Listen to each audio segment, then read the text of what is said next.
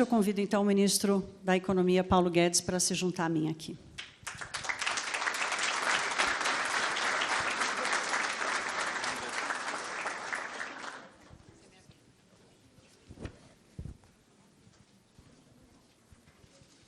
Bom dia, ministro. Bem-vindo. Ministro, a gente ouviu um pouco aqui do Luiz Felipe dos desafios, né, e do quadro atual, especificamente da reforma administrativa. O senhor sabe que o senhor ganhou muito o público e a opinião pública no Brasil pela forma com que o senhor diagnosticou os problemas brasileiros, né? O senhor conseguiu encontrar uma forma de explicar para a sociedade com um diagnóstico muito preciso e com analogias muito interessantes quais são não só os problemas, mas também os desafios do Brasil. Eu queria falar aqui um pouquinho, completar o que o Luiz Felipe falou sobre o diagnóstico, olhando especificamente para a reforma administrativa. Quer dizer, acho que a gente, com todas as informações que o governo e outras entidades civis e também institutos do governo, como o próprio IPEA, o Banco Mundial, alimentaram a gente com uma série de informações e que a gente se deparou com o tamanho real do Estado, o quanto ele nos custa, o tamanho da disfuncionalidade, né, do Estado, com a quantidade de carreiras, as progressões dos salários e por aí vai. Então, acho que esse é o diagnóstico, ponto de partida, que nós já sabemos que o senhor concorda com isso. Vou começar lhe perguntando assim, como é que o senhor enxerga o encaminhamento desse debate diante dos obstáculos que a gente tem? O governo vai ter que enfrentar uma das corporações mais fortes do Brasil, que é do servidor público, especialmente do servidor público federal, que é esse que vive numa distância de abismo do resto da sociedade brasileira. Mas, ao mesmo tempo, a reforma ganha um aliado importante, assim como a Previdência, a mesma coisa, que é o combate ao privilégio, né, o combate à desigualdade, a desconcentração de renda causada pelo Estado brasileiro. Então, uma visão geral do senhor de como é que o governo conduz, se o diagnóstico está dado, tem o apoio da sociedade civil, a narrativa está pronta, já foi testada com a reforma da Previdência. Como é que o governo, qual é a estratégia do governo para levar à frente esse debate? Bom dia a todos.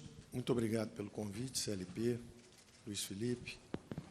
Thaís, durante a campanha, nós dissemos várias vezes que o Estado brasileiro gasta muito e gasta mal. E fomos entrando nos orçamentos e confirmando o nosso diagnóstico. Então, o primeiro movimento era justamente desmontar uma fábrica de desigualdades, que era a nossa Previdência, além de estar ameaçando engolir o Brasil no buraco negro fiscal. Então, o primeiro ataque era ali. O segundo ataque, e aí todo mundo vai compreender, era justamente a sociedade dos rentistas. O Brasil se habituou a achar natural colocar o juro na lua. Quer dizer, frouxidão fiscal e freio monetário. É um caminho equivocado. Você não pode, com os gastos públicos saindo de 18% do PIB, 40 anos atrás, para 45% do PIB, no pico do governo Dilma, você não pode achar razoável pagar 400 bilhões de reais todo ano de juros e achar que está tudo normal. Isso não está normal. Quando a gente vê que um Bolsa Família custou 10 bilhões de reais, você gastar 40 vezes isso só para manter uma certa tranquilidade no fronte fiscal, é uma tranquilidade falsa. É uma perversa distribuição de renda, é o paraíso dos rentistas, é a destruição dos empreendedores. Qual a empresa que consegue gerar rentabilidade para pagar 50%, 70%, 40% de juros ao ano? Nós vivemos décadas assim. E essa era a segunda maior despesa do governo. Então, a primeira era 750 bilhões com gastos anuais de previdência, e subindo 40, 50 bilhões todo ano. Então, o primeiro ataque tinha que ser ali. O segundo ataque era um mix. Em vez de frouxo fiscal e freio monetário, é o contrário. Controla os gastos do governo e pode até, a taxa de equilíbrio de juros baixa, você pode até afrouxar um pouquinho a moeda. É o que nós fizemos. Isso faz uma diferença brutal para a economia. Nós estamos com um juro agora de 4,5%. O resultado disso As simulações é que as despesas de juros de um ano para o outro vão cair 120 bilhões de reais. São 12 Bolsas Famílias originais, ou, agora que está em torno de 30 bilhões, 4 Bolsas Famílias. Como é que eu posso ficar feliz transferindo dinheiro para rentista todo ano, 400 bilhões, 400, e achar que está tudo em equilíbrio só porque o juro está baixo? Bom, o Brasil ficou prisioneiro com essa explosão de gasto público, juros muito altos, impostos elevadíssimos e gastos antissociais, porque transferir dinheiro para rentista, transferir dinheiro para funcionário público ganhando 12, 13, 15 vezes mais do que um aposentado do setor privado. Isso é uma indecência, além de ser incompetente economicamente. Então, a segunda grande despesa era essa, e nós mudamos. Agora os juros são baixos, o controle é em cima dos gastos. As pessoas me perguntavam, e o déficit, quanto é que vai ser o déficit? Olha, em vez de estar precisamente equivocado, que é o que eu achei lá, quando a gente chegava lá, tinha um controle total, todo mundo sabe informar tudo. Eu nunca vi um país ir para o saco tão organizadamente, tão sob controle. Você chega lá e pergunta, qual é o déficit? O déficit é tanto, o ano que vem vai ser tanto, depois vai ser tanto. Qual a estratégia de um ministro, geralmente, para sobreviver? Quanto é que é o déficit? Quanto é que dá para fazer esse ano aí? 140. Então, fala que vai ser 138 a meta, que aí nós vamos cumprir a meta. Quando me perguntam qual é o déficit que você gostaria? 0. Em quanto tempo você chega? Não sei, mas estou correndo nessa direção. Qual estatal que você quer vender? Todas. Em quanto tempo você chega? Não sei, mas tem que correr nessa direção. Então, eu prefiro estar aproximadamente certo do que precisamente errado. Então, a primeira coisa que nós fizemos foi o seguinte, nós vamos mudar o eixo, nós temos que atacar as questões frontalmente. A Previdência primeiro, o segundo, esse mix fiscal e monetário, então nós vamos mexer no teto de gastos? Não. Mas e se estourar? Se estourar, nós temos um problema. Mas nós vamos fazer tudo para não estourar. Nós vamos empurrar até quando for possível. Aprovar a reforma administrativa não é um pouco preservar o teto de gastos? Agora chegamos na terceira grande despesa. E aí chegamos, eu estou situando justamente onde é que está a administrativa. Então, a primeira grande despesa, 750 bi juros, Previdência, 400 bi juros da dívida, que agora vai cair para menos de 300, vai cair 100 e tantos bilhões de um ano para outro. Isso é extraordinário, isso é libertador, além de estimular a iniciativa privada com os investimentos, fazer o que a gente chama de crowding-in. Nós passamos anos expulsando o investimento privado. Agora nós estamos convocando o investimento privado para infraestrutura, para concessões, para privatizações. E aí chegamos à reforma administrativa. Chegamos ao terceiro grande gasto do governo, 300 bilhões ano, 296. Eu prefiro estar aproximadamente certo do que precisamente errado. 300 bilhões. Como é que nós vamos fazer isso? E aí entram as restrições políticas.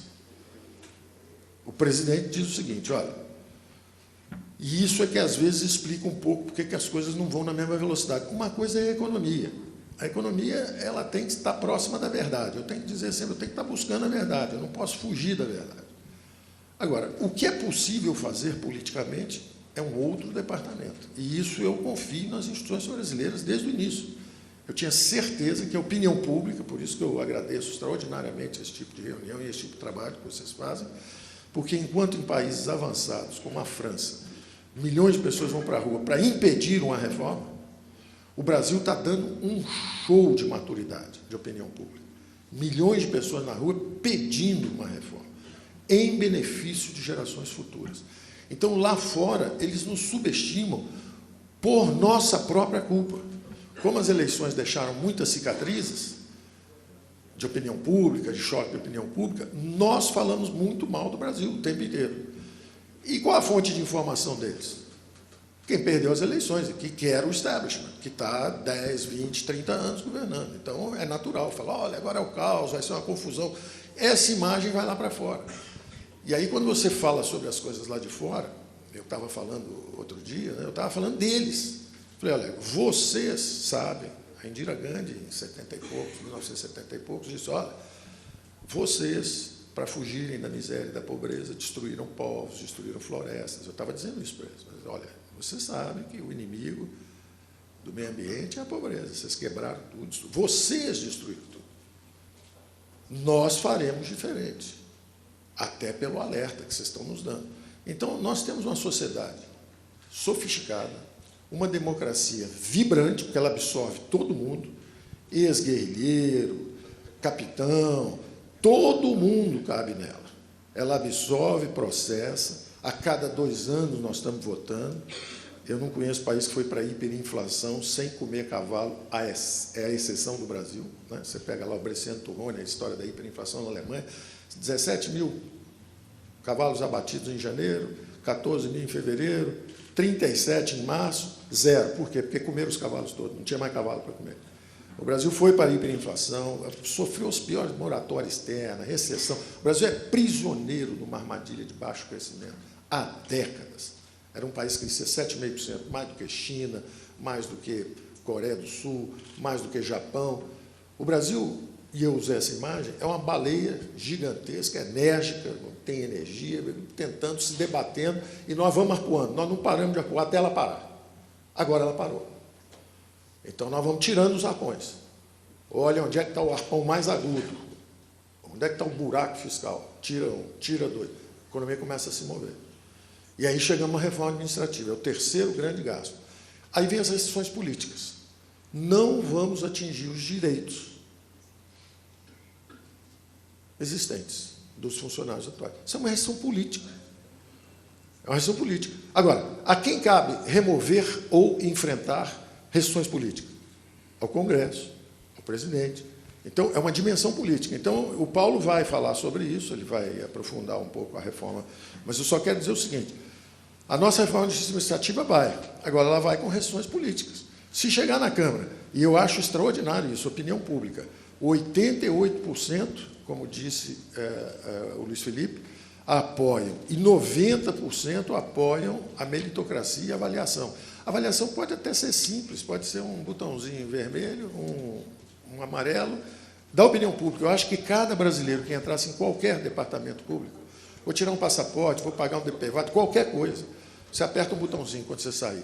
Amarelo é razoavelmente atendido, vermelho é fui muito mal atendido, verde, ok. Isso vale mais até do que a avaliação dos chefes, porque a dos chefes é 9,5. Né? Eles dão 9,5 eles para eles mesmos. Nós temos que saber a opinião pública. Então, nós estamos entrando agora na reforma administrativa, e eu te passo num minuto, mas eu estou só situando a administrativa como o seguinte, veio a primeira, veio a segunda, agora vem a terceira, que é controlar, como disse o Felipe, a criar a meritocracia, valorizar o bom servidor. Então, a ideia era o seguinte, não atinge o direito de quem está, mas é o seguinte, para ganhar estabilidade agora, tem que provar que é um bom servidor, tem que trabalhar 5, 6, 7, 8 anos, 10 anos, ser avaliado pelo chefe, tem que ter espírito de equipe. Não pode, então, tem que haver isso. Se não é possível politicamente aplicar para quem está hoje, coloca um filtro, pelo menos, para o futuro. E aí, a nossa proposta original, com essa restrição política, que o presidente falou assim, eu não quero atingir os atuais. Ora, é uma proposta do presidente, a nossa pode ir assim, mas a opinião pública, o Congresso, pode dizer, olha, nós queremos mudar isso aqui, nós queremos... E o meu conselho, inclusive, presidente, foi o seguinte, presidente, acelera isso, sabe por quê? Se levar mais 1 ou 2 anos, vai cair a estabilidade pública, a estabilidade para o funcionário público atual também.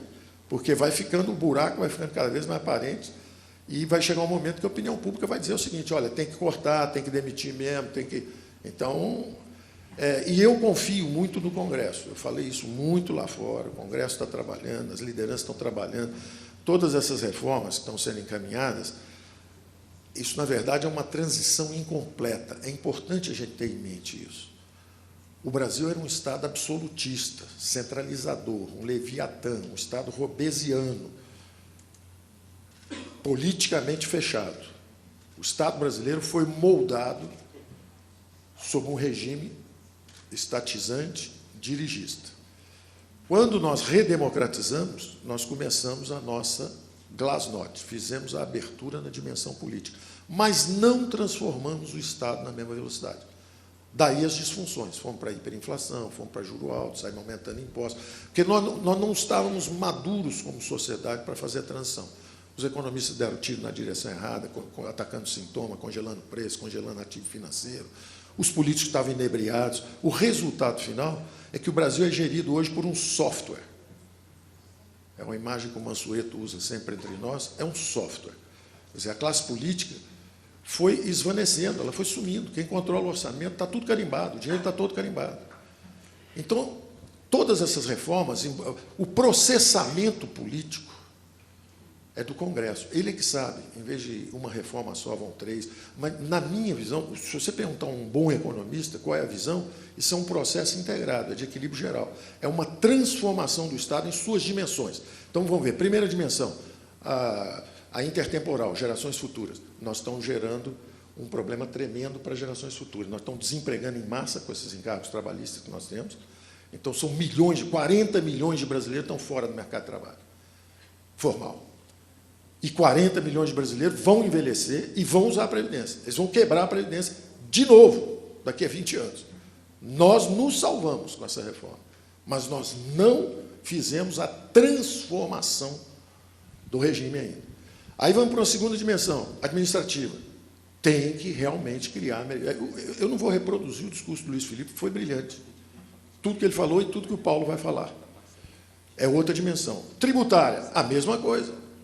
Nós precisamos, não só na forma de arrecadação, em vez de 54 impostos, ter 5 ou 6, 2 ou 3 bases, consumo, renda, estudamos essa de digitais, transações, alguma coisa que te dê um pouco mais de base para você poder baixar as alíquotas, estamos estudando isso, ou continuar com 50 impostos malucos. Nós vamos ter que encaminhar isso também. E não é só do lado da forma de arrecadar, é para onde vai o dinheiro. Então, nós fizemos uma proposta agora, do Pacto Federativo, de transferir 450 bilhões de reais para estados e municípios. As pessoas não estão percebendo, elas perguntam assim, cadê a política social? Ora, nós estamos dando 450 bilhões para prefeitos e governadores. Agora, vocês é que sabem se isso vai ser para a segurança pública, o prefeito da cidade é que sabe se ele está precisando de segurança pública, ambulância e escola, ou os 3. Ele é que sabe. Então, tem uma enxurrada de propostas entrando. O Congresso é reformista, é um Congresso reformista. Eu vejo os personagens, estou vendo agora o Rodrigo Maia, ali, o nosso presidente da Câmara, apoiando as reformas, conduzindo a reforma da Previdência. Estou vendo o senador Márcio Bittar, à frente do Pacto Federativo.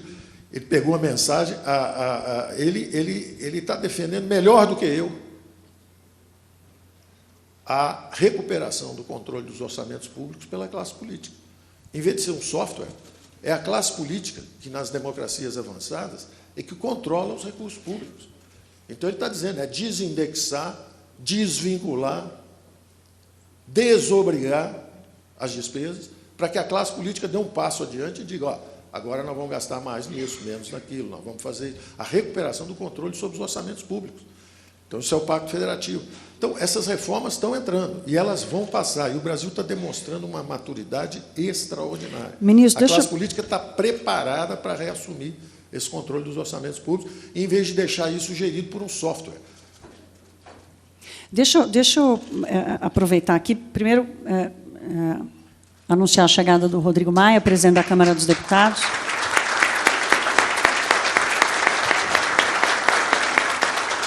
Nós temos outros representantes aqui do Parlamento, a deputada Tabata Amaral, Felipe Rigoni, o Samuel Moreira, o Arnaldo Jardim, a Patrícia Ferraz, o Rodrigo Augustinho e o general Pertinelli, e também 2 ex-senadores, senadora Ana Amélia e o senador Jorge Bornhausen, estão aqui na plateia com a gente hoje.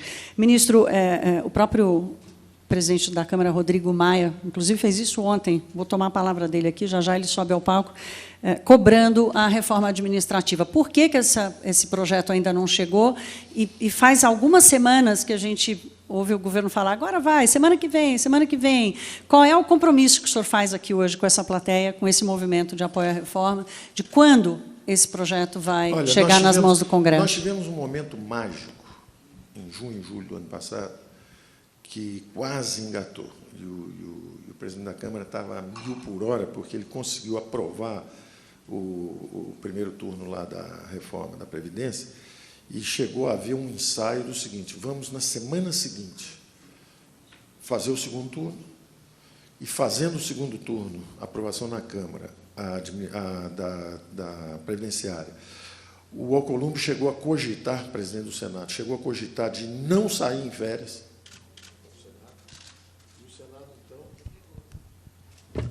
E o Senado, então, aprovaria nas férias a previdenciária.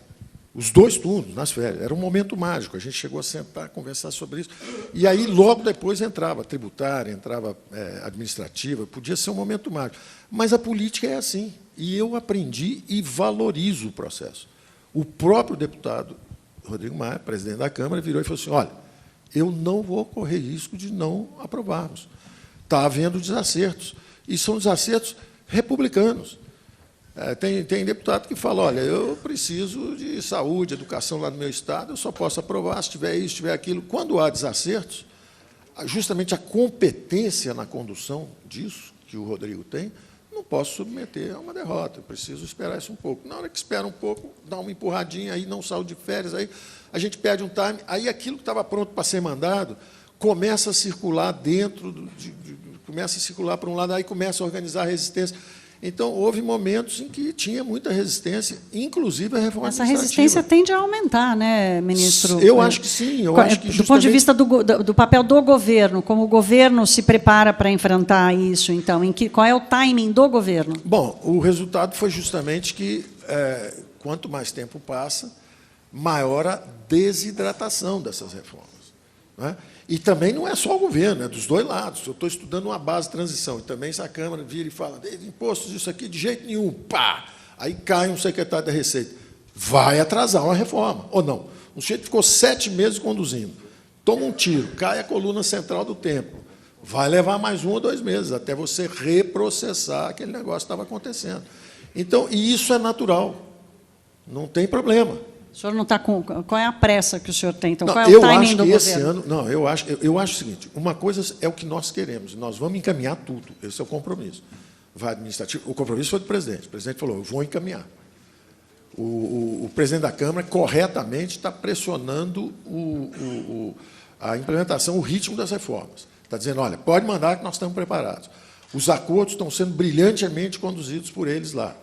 O presidente da República, ele chama, conversa com o presidente do Senado, com o presidente da Câmara, eles estão se entendendo, eles conversam sobre isso, e o compromisso está assumido entre eles. O presidente Rodrigo Maia falou, olha, pode mandar a administrativa aqui para nós começamos aqui pela Câmara, a tributária já vai para uma comissão mista, Senado e Câmara, o Pacto Federativo já está no Senado, então, o fatiamento, o ritmo de processamento, se é de uma vez, quem vai primeiro, eu confio plenamente na classe política. Eles é que têm que processar isso. É o presidente da República que sabe. Por exemplo, ele chegou um momento, ele falou assim, olha, eu não vou dar um pretexto, tá, essa briga na América Latina inteira, passeata, gente quebra na rua, morreram 30, 40 pessoas lá no Chile. Presidente, eu não vou dar um pretexto, eu sei que vocês estão bem intencionados, mas eu não vou dar um pretexto para botar uma desordem aí na rua. Vamos esperar clarear um pouquinho, vamos para o fim de ano sossegado. Começando o ano que vem, eu mando o administrativo. Então, o presidente nunca foi contra a reforma administrativa. O que ele fez foi uma questão de timing, foi tática, não foi estratégia. E ele agora quer atender o pedido do presidente da Câmara, que falou o seguinte, mandem a administrativa. O presidente da República disse o seguinte, nós vamos mandar, assim que o Congresso chegar, nós vamos entrar com a administrativa. Deixa eu aproveitar, então, uma última pergunta, para depois a gente ouvir o Rodrigo Maia. Qual é a meta que o senhor quer dividir aqui com a plateia hoje? Como é que a gente pode lhe cobrar daqui a 6 meses ou daqui a 1 ano? Qual é o compromisso que o senhor assume aqui hoje com o timing, com o conteúdo da reforma? Porque se há um movimento da sociedade civil desse tempo, eles também têm que se preparar para o que defender e que tempo. Né? Eu acho o seguinte, a nossa meta é a transformação do Estado. Então, a reforma tributária. Adoraríamos se ela fosse possível ser feita em 3 meses, 6 meses. Estamos dando a nossa cota. O que é que nós vamos fazer? Vamos mandar justamente para não invadir território alheio. Eu não posso chegar para 5 mil municípios e dizer, olha, agora mudou isso aqui. A minha jurisdição é o governo federal. A Câmara pode, o Legislativo pode, mas o ministro da Fazenda não pode chegar e, olha, acabou o ISS, vocês agora não recolhem mais esse imposto, vocês vão fazer um IVA único aqui comigo e eu é que mando. Eu não vou fazer isso. Eu já senti que não é assim. O que eu posso fazer é o seguinte, olha, aprovamos o IVA, é um imposto mais eficiente, mais efetivo, vamos entrar com ele aqui. Ó. Estamos juntando PIS e COFINS, estamos entrando com o nosso IVA federal aqui. Estados e municípios estão de acordo? Municípios estão em dúvida, estados estão de acordo. Ok, 26 estados, acoplem. E aí é um equilíbrio geral. Nós vamos perceber o seguinte, tem gente que ajudou a formular a proposta do IVA único, que estava pensando em 25% de alíquota. E tem gente dizendo que, se for para botar os municípios dentro, chega a 30%. Isso destrói o setor de serviços brasileiro. Por isso que é um equilíbrio geral. Por isso que eu estava estudando uma outra base tributária, porque o Brasil e o comércio e os serviços brasileiros não aguentam um IVA de 30%. Então, é um problema dramático. Por isso que leva algum tempo. Mas eu tenho certeza que, quando essas contas começarem a entrar na Câmara, e daí a nossa proposta de colaborar, e eu estou aceitando justamente a orientação política do presidente da Câmara e do Senado, que é o seguinte, não vamos mandar uma terceira PEC, para não criar confusão. Desde o início, nós queremos ajudar. Então, vamos mandar propostas que possam ser examinadas e acopladas à do Baleia Rossi na Câmara, examinadas na parte de seletivos e de imposto de renda, a do Raul lá no Senado, que a dele era mais extensa do que a da Câmara. Então, nós vamos mandando propostas para uma comissão mista. Se isso funcionar rápido, eu acredito na ideia que o presidente da Câmara disse, que é uma reforma prioritária e que nós vamos aprovar esse ano. Eu acredito piamente no que ele está falando e nós vamos fazer tudo para que isso aconteça. Então, vamos falar assim, o que nós podemos cobrar esse ano? A tributária, nós vamos fazer tudo para que ela aconteça. A administrativa, aí é uma questão de avaliação. Eu acho que é a mais simples de aprovar, porque, justamente como nós desidratamos para não atingir os direitos dos atuais, ela praticamente não tem oponentes. Então, ela está muito simples de aprovar. Eu imagino que ela... Agora, se a gente quiser, ouvindo a opinião pública, botar um pouco mais turbinar um pouco a proposta e botar a meritocracia, começar a enfiar também nos atuais, aí pode ser que tenha alguma oposição. Mas eu, de novo, delego isso para a classe política, eu não tenho a capacidade de avaliação. Mas o nosso compromisso também é acelerar e entregar o mais rápido possível. O Congresso chegando, o presidente se comprometeu a mandar a nossa. Então, a nossa vai. Ela pode ir com algumas restrições, mas ela vai. Então, nós estamos falando de 1, 2 semanas, esse negócio chega lá. O Pacto Federativo já está lá, e o Pacto Federativo é o mais complexo. Na minha opinião, é a mais importante de todas, porque ela recoloca a classe política no comando dos orçamentos públicos brasileiros. Ela responsabiliza, ela cria o accountability, mas, ao mesmo tempo, ela delega a classe política. A classe política foi empurrada para um corner que não é agradável, porque ela hoje não controla, quem controla é um software, o dinheiro está todo carimbado, e, quando tem os efeitos desastrosos, o que acontece? Ela é que é responsabilizada. Então, ela está mal na opinião pública, então ela não consegue atuar e, ao mesmo tempo, ela é responsabilizada. Então, a classe política vai dar um passo à frente, vai assumir isso, vai desvincular os fundos, vai pegar fundos... Tem fundos que foram criados por criaturas do pântano político, porque tem esse tipo, qualquer comunidade humana tem, piratas privados, né, e burocratas corruptos. E foram criados esses fundos, às vezes, 50 anos atrás. Um morreu, o outro mora em Lisboa, o outro mora em Miami. E o fundo está aí até hoje, o dinheiro bloqueado. Nós vamos ter que desvincular, e o deputado, o senador Otto Alencar, já abraçou isso. O senador Oriovisto abraçou a emergencial. E o senador Márcio Bittar abraçou. Então, o trabalho do Legislativo é extraordinário. Em vez de clima de confronto, é um clima de total colaboração. De namoro? Eu diria que é mais. Já passou dessa fase. Porque a grande verdade é que é uma cooperação. Não há confronto. É uma colaboração. É uma aliança política de centro-direita. É o que está acontecendo. Houve uma aliança política de 30 anos de centro-esquerda. Agora é uma aliança de centro-direita. E ela está conseguindo encaminhar os temas. E a coisa está avançando. Então, eu acho que a coisa vai dar certo. E eu tenho esperança que... É claro que, se você examinar 180 fundos, que é a desvinculação dos fundos, não vai dar para aprovar em 6 meses. 180 fundos demora um pouquinho. Agora, tem várias coisas que estão lá dentro que vão ser aprovadas. Às vezes vão aprovar uma parte aqui, aprovar uma parte ali, a outra fica para estudos. Então, isso eu acho que o Rodrigo e o presidente do Senado também, eles têm muito mais condição de avaliar do que nós. A nós cabe só encaminhar a estrutura da reforma. E agora eles vão calibrar, vão rechear, e eles vão dizer em que ritmo eles querem assumir isso. Se ele falar, ó, vamos desindexar tudo, desobrigar tudo, desvincular tudo, a classe política sentou no comando da economia. Acabou o superministro, não tem mais esse negócio. Quem é o ministro das Finanças da França?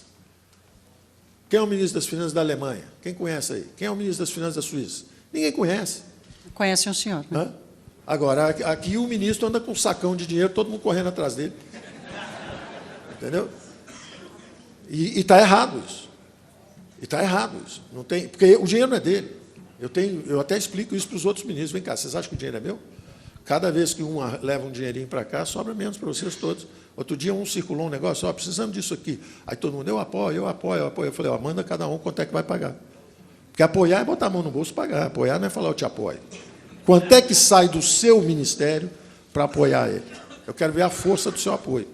Se você der 20 bi, eu acredito que você está apoiando. Se você der 350 milhões, você está só de conversa fiada. Tá bem, ministro. Muito obrigada, então, pela conversa.